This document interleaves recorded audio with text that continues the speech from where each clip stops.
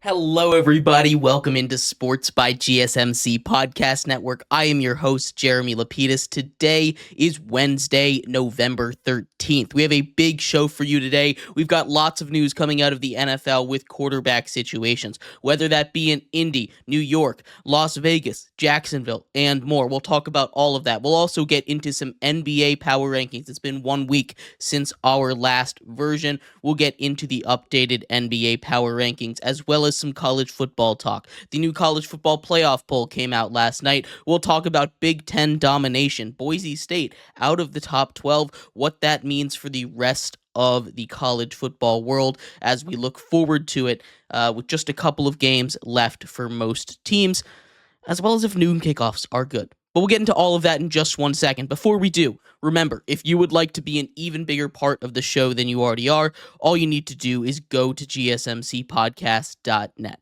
Or if you are on YouTube, you can use that super chat feature. If you do either of those two things, a message should pop up on the bottom of the screen for you, me, and everybody else around the world to see. If you do have a burning question about sports, anything at all that you would like to ask, go ahead and throw that in the comments, throw it in the chat. I will get to it as soon as I possibly can. I appreciate everybody so much for sticking around, talking some sports with me here on a beautiful Wednesday, November 13th. But like I was saying, in this segment, we are going to start off our show with the biggest news coming out of the NFL, and something that I've been ragging on the Colts for basically the entire week on.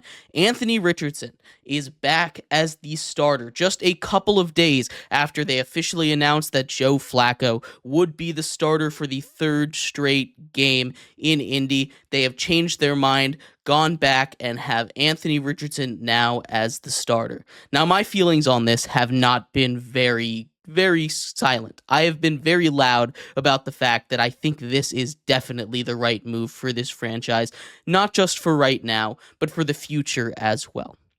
Breaking it down a little bit further than we have in the past, we just simply have not seen that same kind of Joe Flacco that was out there in the Jacksonville game that they lost and in relief for the game where Anthony Richardson was hurt.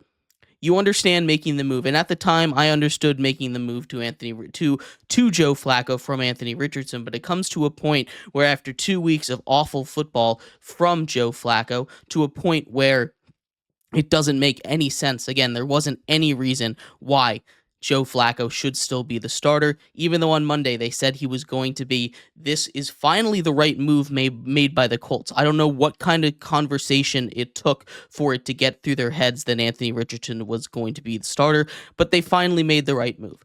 Is this going to improve the Colts' chances of winning this week? Probably not, honestly. If I'm being completely honest with you, I don't think this changes the outlook for the Colts all that much right now. What this does do is it allows him to get a body of work that he has been missing.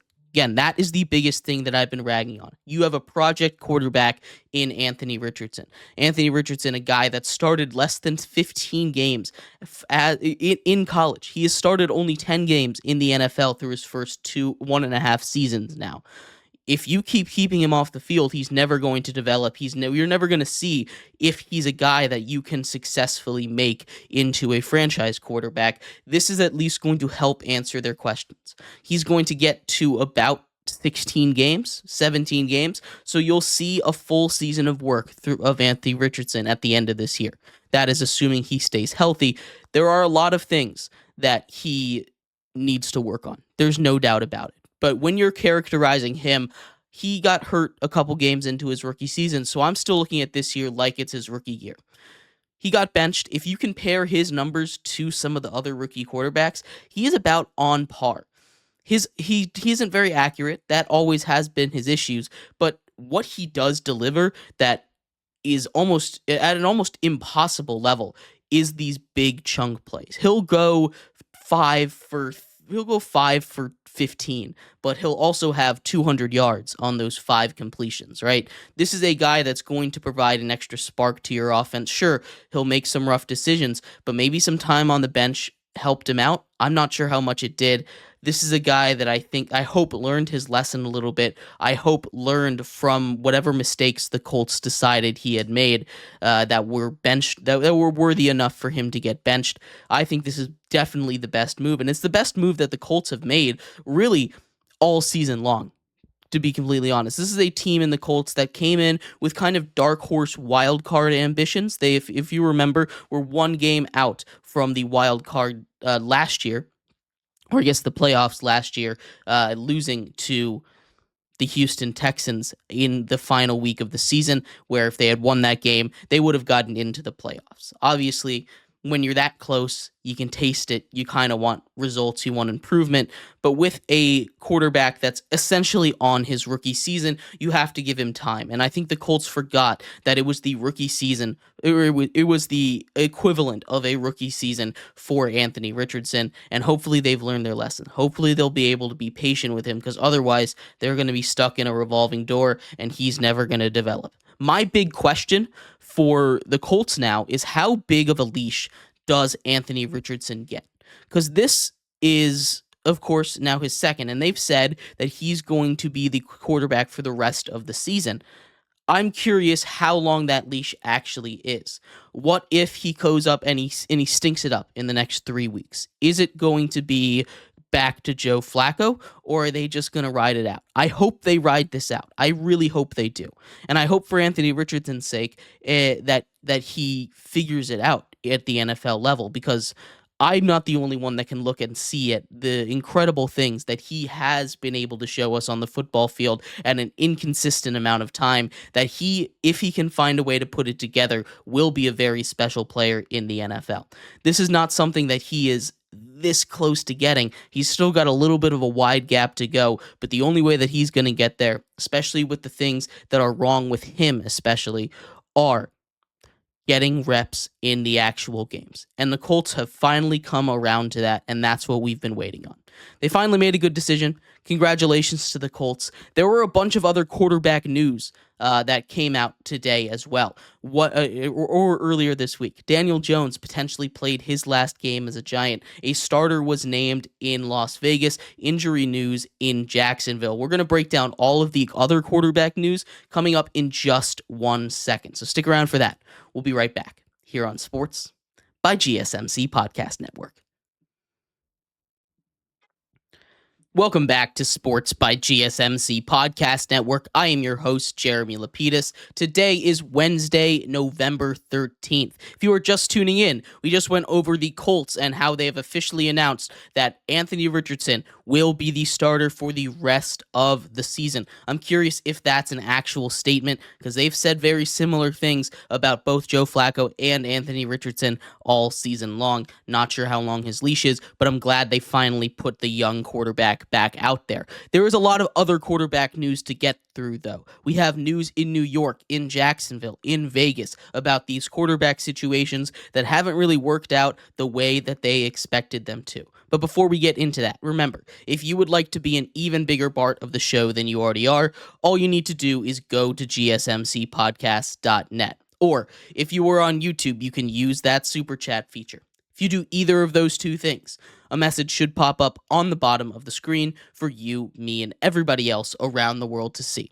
If you do have a burning question about sports, anything at all that you would like to ask, go ahead and throw that in the comments. Throw it in the chat. I will get to it as soon as I possibly can. I appreciate everybody so much for sticking around, talking some sports with me here on a beautiful Wednesday, November 13th. But like I was saying, in this segment, we are going to finish up our NFL quarterback news, starting in New York. The Giants are on a bye week. They're coming over from an abysmal game, a loss to the Carolina Panthers, in which all of the blame, I won't say all of it, but really you could point the finger at Daniel Jones, and I'm pretty sure that would be the right answer. Obviously, football is a team sport. You're not going to get the answer from just one person, but this is an out year on Daniel Jones. He has not played like he needs to in order to extend his time in New York. The question now is, as opposed to, is he going to stay past this season? The question now is he going to finish the season? And I'm not too certain he will. Now, this is going to come down to this is going to come down to a couple of different things. I think number one, what this situation is going to come down to is how confident is Brian Daboll that his job is safe. I hope his job is safe. I think Brian Daboll is one of the better coaches in the NFL, and I think if the Giants decide to fire him or Joe Schoen, either one of them, I think it's a mistake. I wouldn't be shocked if they fired either of them, and I think they're definitely on the hot seat for good reason. Obviously, letting Saquon go and choosing Daniel Jones over him, not a good look just 2 years later, but they built an out year into his contract just in case, right? This is the reason why they front-loaded that contract, allowing them to get out of it now. You also have, outside of that factor, right? The question is, do the Giants think that Daniel Jones is the best option? And honestly, he still might be, even with the way he's playing. I still think Brian Daboll is one of the best coaches in the league, and I think it would be a mistake to fire him. Both him and Joe Schoen, again, like I said, don't deserve to get fired. They've made some really great draft choices this year. That rookie class is really playing great. The defense is playing great. And I think the play calling, honestly, has not been an issue. It's been on Daniel Jones and his inability to push the ball downfield, his inability to take chances, his lack of, just trust in that offense, in his receiver, in himself, really. And it's leading him really out of the building. The backup situation in New York is not very good, to put it bluntly. They have Drew Lock, who they signed from the Seahawks, who came in relief of Geno Smith last year, had a couple of really good moments, but is not the answer. He was drafted in the same year as Daniel Jones, and he was a guy that I think was very similar to Daniel Jones, not generally a good thing to be compared to. You also have Tommy DeVito, who came in and played really good for the Giants last year. I think he is the best quarterback in that quarterback room right now, but that's not saying much, is it? It's Tommy DeVito. You know what you're getting out of Tommy DeVito. He's gonna bring a fun energy to that offense. He's gonna complete the short passes you need him to, but he doesn't have the kind of arm that you need when we're looking at pushing the ball downfield, which has been the biggest issue for the Giants. Seems as if they are going to make the switch. It's going to be to Drew Lock. And when you take a look, you take a step back from a second and forget that, and forget the performance of Daniel Jones, which has been awful. If you just compare the numbers between Drew Lock and Daniel Jones, you're not going to come to a conclusion. You're not going to come and make a decision and say, hey, Drew Lock, so much better than him.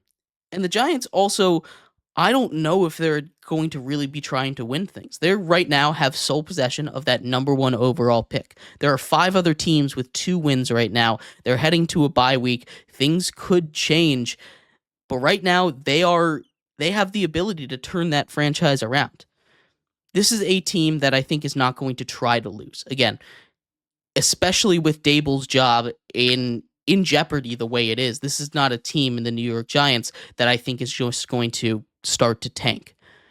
But this is certainly a team that I think has the ability to try and tank, and it's not going to be a super obvious thing either. They switch quarterbacks. No one's going to be like, yes, Daniel Jones is gone. Now they're going to lose games. People might think they're better. I don't think they'll be any worse or any better without Daniel Jones in that quarterback position, but I do understand why you might want to get him out of there. Sounds like all reports are he's not going to start and Drew Lock is. I just don't think this makes the Giants any better. In fact, I think it makes them even worse.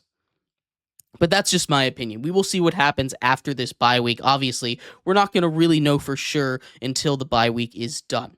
But I don't think anything's going to happen. Outside of New York, other major quarterback news, Trevor Lawrence already has been ruled out for the Jaguars. We get another week of Mac Jones. It seems like it's season-ending surgery for Trevor Lawrence. And one of the big things I had taken away from that Jacksonville Jaguars game is the fact that Trevor Lawrence is not the problem. And he never was, right? This is something that I've been kind of been saying for a while. I guess I've been a Trevor Lawrence truther, if that's how you want to put me. Obviously, a massive contract, you don't need a lot of big defenders like that. But Trevor Lawrence, I think, is a guy that gets way too much hate for a situation around him that has just never really been good. The receivers drop a lot of balls, they do, and he makes his fair share of mistakes as well.